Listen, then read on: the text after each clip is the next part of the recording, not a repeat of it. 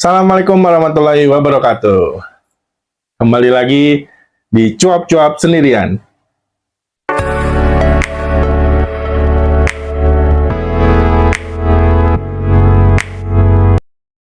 Di episode kali ini, gue ingin cuap-cuap tentang ada di daerah Jawa Tengah, seorang ibu-ibu yang mendapatkan skor tertinggi dalam hasil tes CPNS, namun gagal dikarenakan masalah sepele nih, dikarenakan tinggi badannya kurang 0,5 cm. Si ibu ini dia tes di Kementerian Hukum dan HAM, yang dimana dia adalah seorang buruh di daerah Boyolali, buruh pabrik, dan ternyata dia memiliki hasil tes tertinggi dengan nilai 476 skornya tuh. Tapi dikarenakan saat tes kesehatan, si ibu ini memiliki kekurangan tinggi badan hanya sekitar 0,5 cm. Gua membaca berita ini sih agak sedikit miris ya. Kenapa? Karena gue menganggap kayak kan banyak nih sebelum-sebelumnya hashtag kabur aja dulu gitu kan. Hashtag di mana yang banyak anak muda nih yang berpikir gimana kita kalau kita kabur aja nih dari Indonesia untuk mengadu nasib di negara luar gitu ya. Dan dengan apa namanya, dengan berita ini gue menganggap hashtag ini relate gitu ya. Relate kenapa? Karena sebegininya apa untuk mencari nafkah di negara Indonesia gitu ya.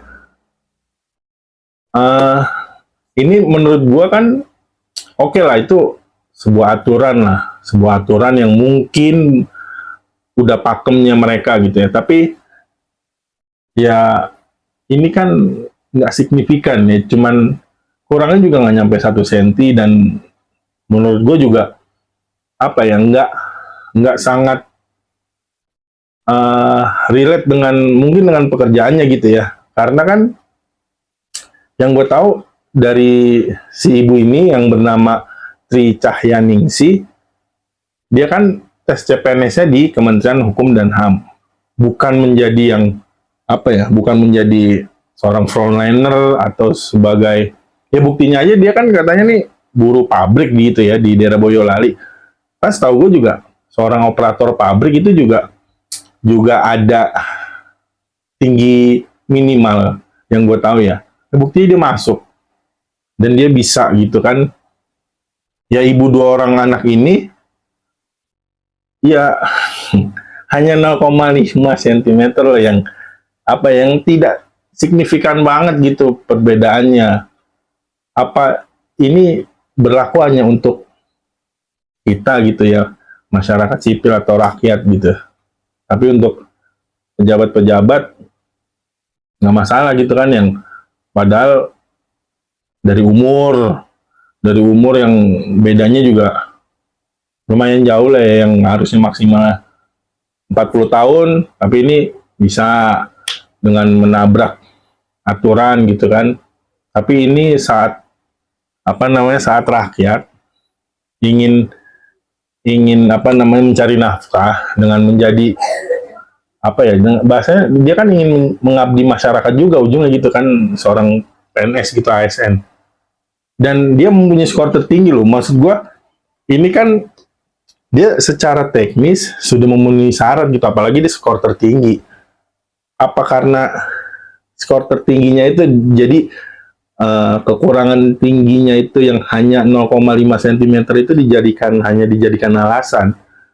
Dan ini gue berpikir relate juga nih dengan banyak omongan-omongan di luar sana tuh yang menganggap pemerintah sekarang tuh kayak nggak mau masyarakatnya itu pinter, ingin masyarakatnya itu bodoh aja gitu. Ya terbukti dengan permasalahan ini, terbukti kan skor tertinggi